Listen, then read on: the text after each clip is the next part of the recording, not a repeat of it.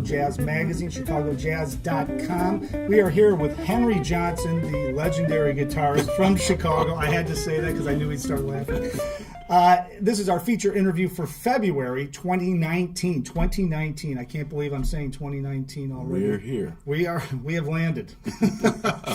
Henry and I have been talking over the years about doing something like this. I'm so glad that we actually have you and we pinned you down. You are a very busy guy these days. You've got a lot of stuff going on. You've always had a lot of stuff going on, so I really want to delve into all of the different people you have performed with. He has toured with Ramsey Lewis, Joe Williams, Nancy Wilson, just to name a few. But before we even get into all of that, why don't we talk a little bit about you growing up and how you got into guitar? Because I think a lot of people know, somewhat of the people that you've played with, but I don't know how many people actually learned or know about how you got into guitar and what inspired you. Now, you were born in Chicago, and then we were talking off camera a little bit. You were going back and forth between Memphis and Chicago. What's the story behind that? Well, my grandparents were from Memphis, so we would go down and visit them sometimes.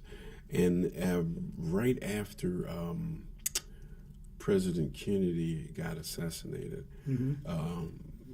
we went down there and we stayed down there for about like 6 or 7 years.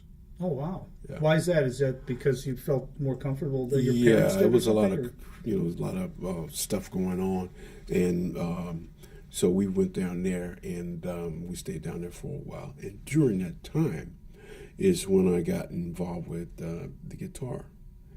I had when I was in junior high school, I started in the band, and I wanted to be a trumpet player, but they didn't have any trumpets left. So in order to be in the band, it was either bass clarinet, oboe, or clarinet. And I just said, okay, well, clarinet is it. Bass clarinet, that's cool, too weird looking. Right. Yeah. And then oboe, I don't see anybody playing that. So I ended up playing clarinet. But that brought me to my teacher at that time. And incidentally, that guy's still living. Paul Meacham was the guy who actually taught me how to read music, all of us. And he was like a graduate of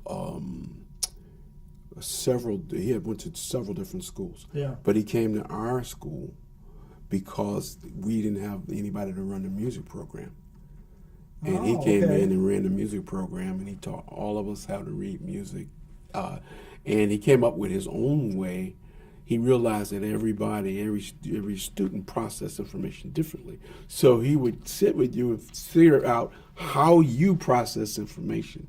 And he had these weird things of telling you how to count, how to look at music, but always trying to connect it to what you hear. Wow. So he would play. So he introduced us to the classical music of Tchaikovsky and all of that. But it was based on you being able to hear it. So when you were looking at the paper, you were actually deciphering what was on the paper and turning it into what it sounds like. That's amazing to actually have the foresight for a teacher like that. Yeah. To be able to do that, because, I mean, how incredible was that to develop your ear that way? Right? We didn't know it was happening. No, but I mean, think about it, Yeah, and then on lunch break, we would go in there into the band room, and he would be playing. He played piano and trumpet, and he would be playing all of the jazz stuff. Oh, really? So he'd be playing piano trios, Aragon, all this stuff. He was exposing us to that, even though we didn't even know that's what it was. Wow. So that's really where you got your first taste of jazz, and you didn't even know it was happening. He took me to my first live jazz concert, which was the University of Illinois big band came to Memphis and gave a concert, and he took all of us there. And at that time, the soloist there was Cecil Bridgewater, the trumpet player. Oh, yeah. And I always tease him about it, Now I'm telling him how much older he is than I am, But that band, once I saw a live big band, that hooked us on jazz. Yeah. And in the meantime... But you were playing clarinet then, right? I was playing clarinet. You're hooked, but you're hooked because you're playing clarinet, so you're probably watching the sax players. I'm watching the sax players and the trumpet players and envying them. Yeah. But then one of my closest personal friend at the time, he had a guitar that was laying around his house all the time, so we picked it up and just started learning chords and things on it.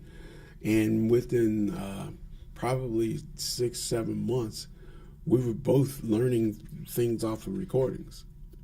So just because your ears developed. They were developing, but we didn't know that. Yeah. You know, what they were calling, what they call transcribing and all that stuff.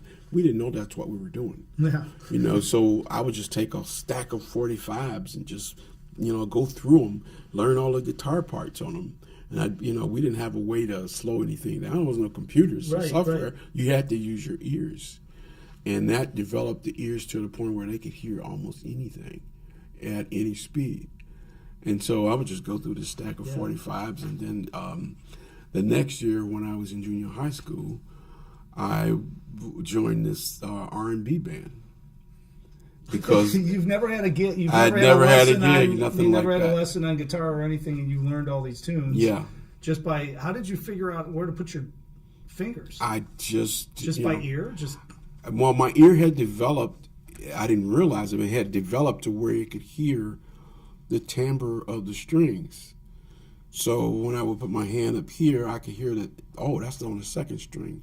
But I didn't really know that I was doing that. That's unbelievable, isn't it? So all my favorite players then were Steve Cropper and all those guys. So I came up exposed to all kinds of music, not just jazz, but R&B and everything, and even gospel music there. So after, while I was playing in that band, I was also playing in a group that played in church every Sunday, in different churches every Sunday. So I learned gospel music too. But all of this is happening when you're like 13, 14 years old. Yeah. It's just music to you. Well, and you're also having fun.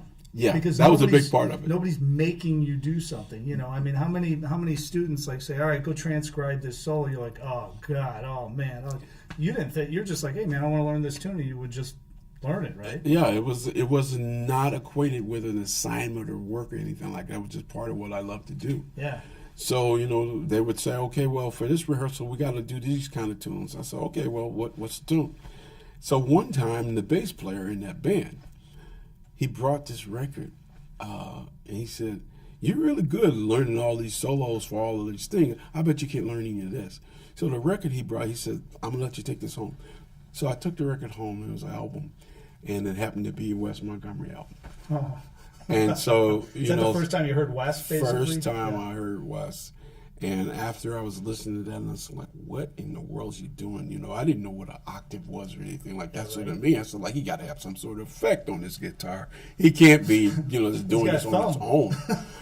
And, so the next week when I went to rehearsal, he said, you going to give me my record back? I said, I need it a little longer. He said, yeah, you're not going to figure out any of that stuff. And so eventually it was his dad's record, and the next rehearsal after that, he said, man, you got to give my record back. My dad wants his record back. So my mom went out, and we went to the record store, and I got my own, a couple of Wes albums myself, and everybody was on those albums. I started listening to them too. So it just bloomed into, all a different record kind of went collection. down the wormhole, right? So you're listening to the piano player, and then you're learning about who he played with and the drummer and all that stuff. Yeah, and see, at that particular time, I was still listening to R&B because, Sly and the Family Stone was a popular group that just hit. Sure. So you're going to be affected by all that music of your age group, but also my mom and dad, came up, with Count Basie and all that. So I was hearing all that stuff. Joe Williams, I was hearing all that stuff anyway. Yeah. And then on television, every television show had their own orchestra, which had all jazz guys in it. Yeah. So when you turn on the Tonight Show, you're looking at one of the great jazz guitar players or horn players or whoever. Tonight Show had Clark Terry on it. Every night, Clark Terry got it to solo. And then another band had Joe Pass as the guitarist. Yeah. Herb Ellis was a guitarist. So you're looking at all the great jazz people right there on a daily basis. It was indoctrinated into our lives. Yeah. So you learn that music by osmosis. But as I continued with this R&B band in Memphis, we got a call saying, we need to learn this music. And I said, okay, well, it was serious because all of us went to rehearsal and we had to all learn this music together. It was for a specific gig, and it turns out it was Isaac Hayes. Really? Yeah. So Isaac Hayes' first record had came out. He didn't have a band. And he lived in Memphis. And he lived in Memphis, and you guys had played some, so somebody knew who We you had guys been were? we had been playing like all of the R&B Yeah. clubs around Memphis, so we had gotten up to be pretty popular, and so we were the first people that he called. Wow. So that's why they So were you panicking. were on tour with Isaac Hayes? Not tour, just that one Just gig, that one gig. in Memphis. Yeah. Which he still owes me $30 for. But I was underage, so I had to have a note to even be in the club. Oh, really? Yeah. Wow. What was that like? Because that was like his first album, right? I mean, he had Yeah, some it was hits the off of first that album, thing. Hot Butter Soul. Yeah. Wow. And I had to learn all of the music off. And you're like 14, 13, 14? 14, yeah. Man. But see, now people look at younger, teenagers, and they say, if they see us as teenagers playing music, oh, so he's a prodigy or something like. Right. When I was coming up, all of us were playing music at 13 or 14 years old professionally, Yeah. because it was indoctrinated into the public school system. So many of the great musicians all came out of their product of the public school system. Yeah. How important do you think that was? I mean, obviously, hearing you talk about this and everything, but, the thing that I'm getting from you, too, is that, and I don't know if this is the case these days, it seems like you had a very strong will to do something. And it was like nothing because you were having fun. You put the band together. You guys are jamming as a band. You guys are playing gigs. How many 13, 14, 15-year-old kids nowadays even has the forethought to think about actually getting repertoire together, practicing, jamming, and going and getting gigs? I don't think there's that many. No. And I wonder if it's because of the way you came up with everything just all in your environment the whole time, and it's just normal, right? I'm pretty sure that's it, because when I came up, we didn't have there were divisions in music. So on one radio station, we heard all artists. Oh, it wasn't a jazz station or There R&B, was no rock, jazz nothing, it was station just- or anything like that. B.B. King had a radio show on because he wasn't quite famous yet. And so, He's from Memphis, right? He's from the South, and his radio show was in Memphis. Okay. And it was on this station called WDIA. And I used to listen to his radio show. But he was playing other blues artists and stuff on there Yeah. as well. But he was a big proponent of, he'd be playing big band stuff. So some of his early recordings, they're jazz Well, oriented. he had a big band, right? Yeah, exactly. So he had big band arrangements and stuff like that. But we heard the Beatles, we heard Wes Montgomery, Ramsey Lewis, we heard all that music was on one radio station. So it was like a smorgasbord. You get to hear the stuff and decide whether you like it. It wasn't about somebody's going to expose you to just this. Right. So you don't have a steady diet of just that. You get to choose the music that you like based on what you hear. Yeah. Well, and it's all together. Nobody is trying to market it to you in a certain genre. And then you get that thing in your head like, oh, I hate that genre. I'm not even going to check that out on that station. Exactly. It was all just right there in front of you. Yeah, nobody could tell you that, okay, well, I heard this one song. If this is, in other words, if you heard some jazz songs, you said like, man, if this is jazz, I don't want to ever hear that again. But, you don't realize that it's totally, many forms of jazz, like as many forms of rock and everything else. Yep. So you might hear that particular artist and not like them, but to just cast out the whole genre, that's not, you wouldn't do that if you were exposed to all of it. Well, and also the way you came up, and I talk about this with younger players too when I'm doing interviews with them. They're exposed to music if they grew up in the 80s or they grew up in the 90s. They're exposed. All of them were in rock bands. All of them were in R&B things. All of them were this. All of them were that. Then they got exposed to jazz somehow, and they're totally into jazz as well. But all of those different styles fold into their playing. And it sounds exactly the same thing that happened to you, because I can't imagine. I've seen you perform a million times, and you're not just up there. If you decide you're going to play little R&B things and things like that in the middle of your set, this is Henry Johnson. This isn't like, I am now going to play a classic jazz set for you this evening. It's like, no, this is my group. This is what I'm doing. I'm going to play some of this. I'm playing some, because it's Henry Johnson. You're not thinking of it as a category. Yeah, I think that all people, all artists, regardless of what they are, they're a culmination of all their experiences. That's what makes them them. Yeah. So if you talk about Maroon 5, what is Maroon 5? Maroon 5 is going to be a culmination of all those guys' experience, which brought them to who they are. Mm-hmm.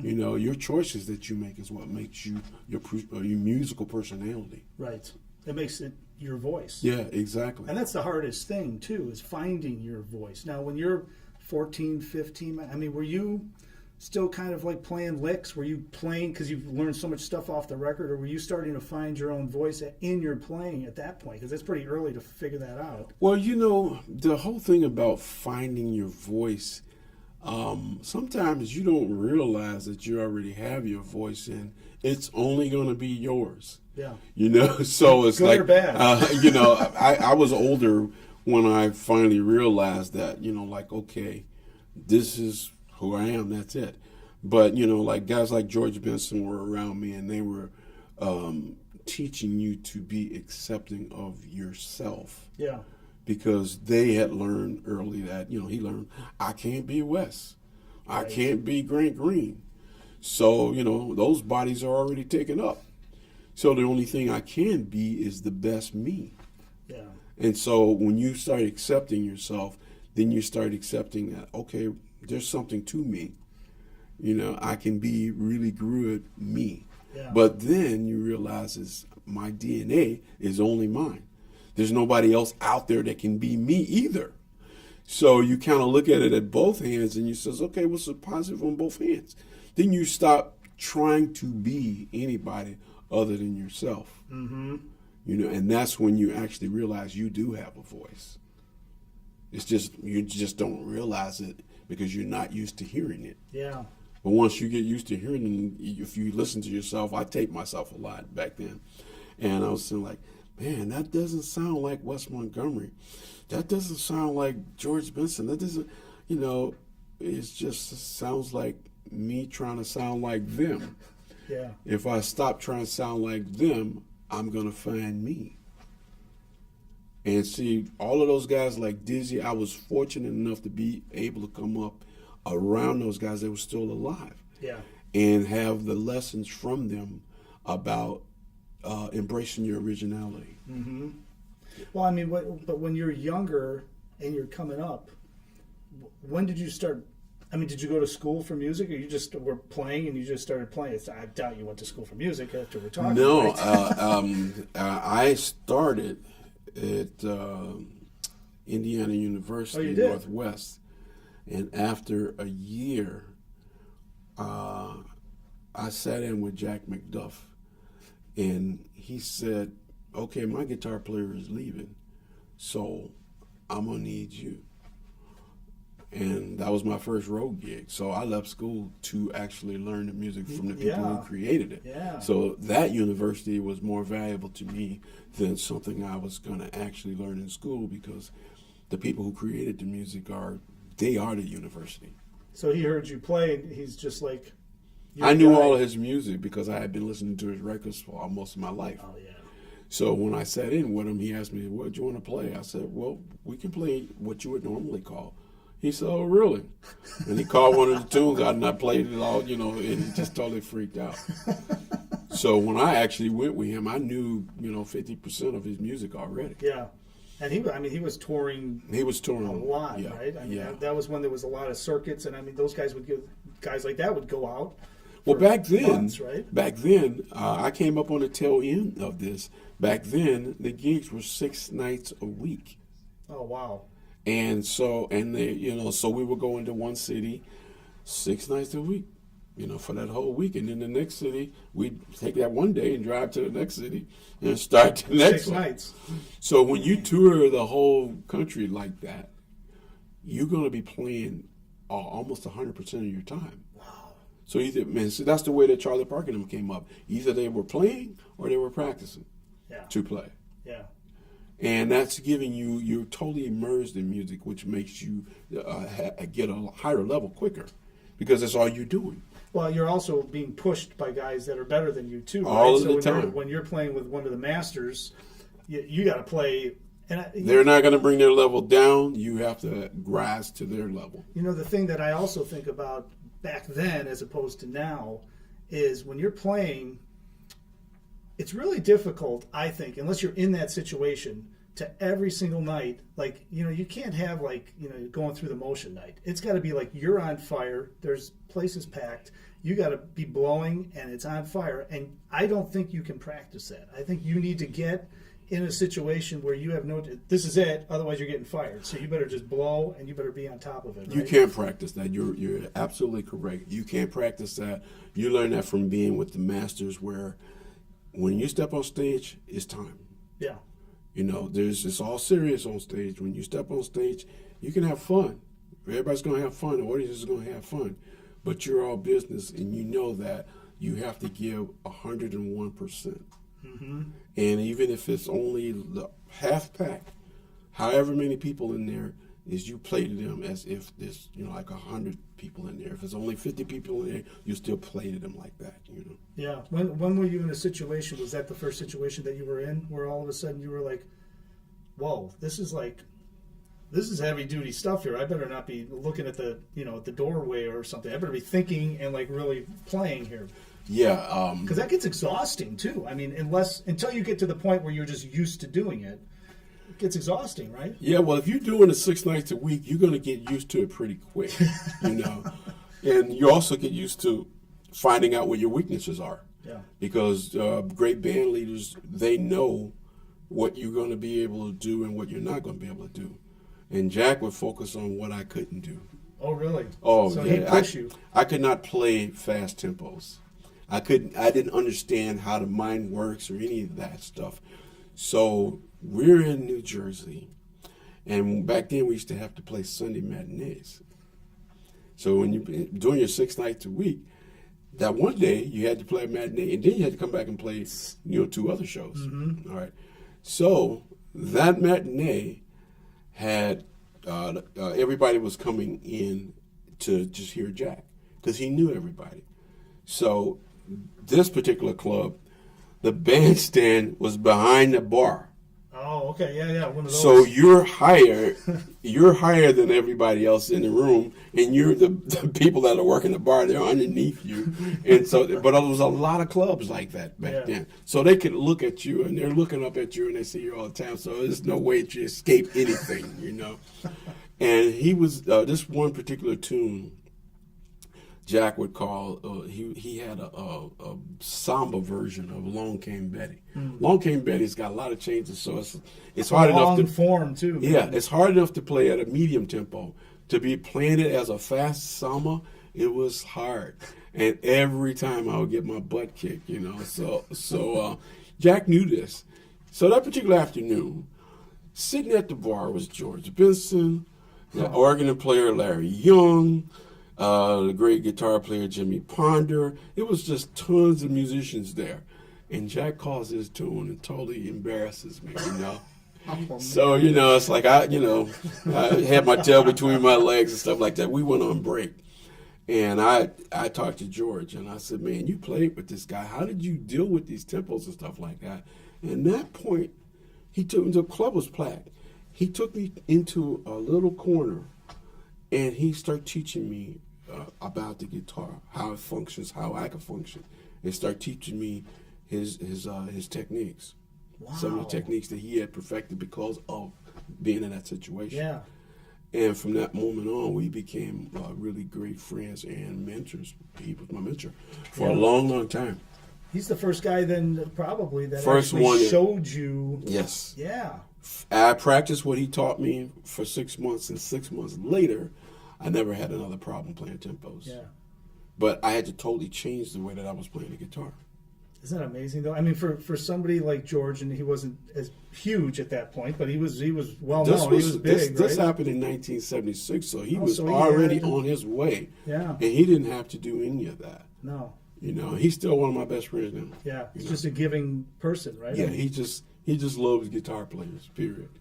And he knew that I was in trouble because he saw it. He didn't even say anything, but he saw it. He's like, come here. Then he probably thought, I was going to ask him anything. I asked him because I said, if it's anybody know how to deal with this, it's him. Yeah. Because he had to deal with it. Yeah. But 6 months after that, I never had another problem.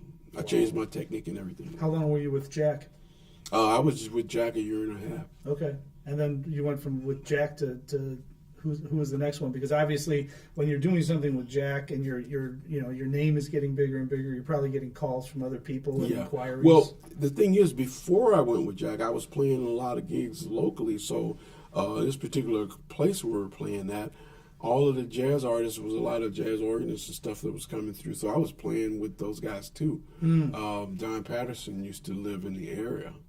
So him and Billy James would have a night that they would be playing. I got called to play with them, quite a few times. So I played with him and Groove Holmes. Just a lot of jazz artists at that particular time. But once I went on the road with Jack, I started to, I moved to New York. Okay. So that particular thing, the first night in New York. So you moved to New York and then you went out with Jack? Or you moved I went out with Jack and then he lived in New York. So you just moved I there just moved to New York, at that particular time. That was in 1976. And so he says, well, I'll have to deal with finding a place to live and whatever like that. But the first few nights I stayed with him. But the first night we drove from Chicago to New York. Oh, God. Because he had a trailer attached to a station wagon. And his organ and all our instruments would be in the trailer, and he would drag that trailer all everywhere we went. The glamorous. So we were driving everywhere. Anyway, we drove to New York, and by the time we got to New York, it was like 12:30 midnight, after midnight. And so we were still, wired. And after he drops the trailer off, he said, man, let's go out and hang. Back then, they still had after-hour joints. Oh, okay, they go until 5 o'clock in the morning. Yeah, and so he knew about this after-hour joint. He says, well, let's go down to this place. I said, okay, fine. I took my guitar and stuff like that because they have music there and stuff like that. So I walk in, and there's a band playing and stuff like that, and there's a piano player. He's got a beard. I don't recognize anybody because I'm new there. And, and the guy started playing, and then I got up and started playing. And he started playing, and I immediately recognized something about his playing. And it turns out it was Monty Alexander, and it was his first night in New York, too. Really? Yeah. Wow. He had just moved to New York, too. And so we met. We're still friends now. We still talk about that now. But, I didn't recognize the beard or anything like that. It was Monty Alexander. Yeah. And he had records out, Sure. Yeah, he was touring. He was from Jamaica. And so did he move from Jamaica there? That's when he did that? Mm-hmm. Wow. Yep. So it isn't, and at that point, in New York, you're probably running into everybody was there. Oh, right? my God, it was crazy. Yeah, back then, though, there was a lot of clubs in New York. Yeah. So you could make a living, just playing the clubs in New York. It's not like it is now. Right. And when I found a place that was in a hotel in Times Square. Well, the Times Square in 1976 doesn't look anything like Times Square now. No. Back then, Times Square had like all of these clubs, sex clubs and stuff. It was like the dirty part of town. I was there in '91, and it was like that. So it wasn't like it is now either. So yeah, they cleaned it up fast. Oh, they totally cleaned Times Square up. It was but then it was cool for me because I could go anywhere I wanted to go. Sure. There was still a lot of clubs in the area and stuff like that too. So it was cool. I stayed in New York for like 5.5 months. Are you meeting guys and going out on the road and things like that? I was still going out on the road with Jack, but I was still meeting all of the guys there. Yeah. Because I would see them all the time. I was walking from place and I ran into Hubert Laws. He was on a bicycle with a backpack. And I recognized his face, and I said, Hubert Laws. He said, hey, man, how you doing? I said, well, where are you heading to, man? He said, I'm going to a recording session, Yeah. It's like you see everybody like that all the time. Yeah. It was just a community. It was, yeah. Everybody was real well known in the jazz world, probably, but that was the community in New York at that point. Yeah, exactly. But then New York was expensive even back then, but then you rent control apartments and stuff like that. The space was small. Yeah. Too small from what I was used to in Chicago. So after being with Jack, I moved back to Chicago because while I was there, I realized that all the places in New York, I was still going to play anyway. Mm-hmm. I could still live in Chicago and still travel around the country. So when I moved back to Chicago, I was still touring with Jack. Yeah. I was still playing, and, we would go to New York and we'll still play the same clubs we did all the time. So I just said, okay, well, Ramsey Lewis stayed in Chicago. Why can't I? Mm-hmm. So I did. Yeah. But it didn't stop me from doing anything. Well, and that's in the 70s, right? Yeah. Even now, I mean, with the internet and everything else, it's completely different now. I mean, you don't have to be in it. You can get on a plane in 2 hours, you're in Manhattan. If you got a mobile phone, nobody knows where you are. Right. You just check in and say, okay, I'm supposed to do this at this time. Okay, that's where you could be in Timbuktu. Nobody knows. As long as you got a good signal, you're good. You know. That's right. That's right. So you're in now. You're back in Chicago. You're playing around town and everything. How did you hook up with Joe Williams first? I mean, how did that whole thing come about? After Jack, when I came back to Chicago, I was still working on the jazz clubs. You know, a lot of jazz clubs on the south side. Yeah, a whole lot of them, especially on the south side. So I was still working a lot of those things too. So I would work, you know, like there's so many people. Even now, I can't remember all of them. I have to write them down. Yeah, right. You know, but what ended up happening is like I got a call from Donny Hathaway. And I wasn't familiar with all of his stuff, but I was familiar with, you know, stuff he had done with Roberta and stuff like that. Mm-hmm. So he calls me up and he says, like, oh, well, I need a guitar player. Can you come audition? I said, okay, fine, you know. And so he tells me where it is. It's where he was living was on LaSalle and Division. Okay. And it was a place, the building is still there. But he lived on the 17th floor. And this was in the summertime on a hot day. It must have been about 86 degrees or something like that. And his elevator was out. So I'm dragging the guitar and a little amp up 17 flights of stairs. When I finally get up there, he has some music that he has, you know, like on the table. He said, man, can you play this? I said, okay. And I just played, you know, whatever was on the paper, whatever the tune was or something like that. And he said, play this one here. So I played that one, something like that. He said, okay, man, here's my manager's number. We're going to start going out like next week. That was the audition. That was it. That was the audition. But I had walked up 17 flights of stairs just for that, you know. So it was, you know, it was interesting. But I was with Donnie until he passed. Okay. And you toured all over the world with him, right? Yeah. Yeah. We toured a lot. How many years? About a year and a half. Okay. Before he passed. Yeah. So I was in the last band that he had. And so through that connection, did you start to move up? I mean, from that point, I did a concert with Donnie at the Park West, but we opened for Ramsey. Okay. And so that's where Ramsey actually saw me. I didn't know he saw me. Yeah. So. Did Ramsey have like LD still in the band? No, this particular band had his R&B, more R&B kind of stuff. And the particular album that he had out at the time was called Tequila Mockingbird. Mm. So he had, I forget the name, the guys in the band, but they're all on the records and stuff like that.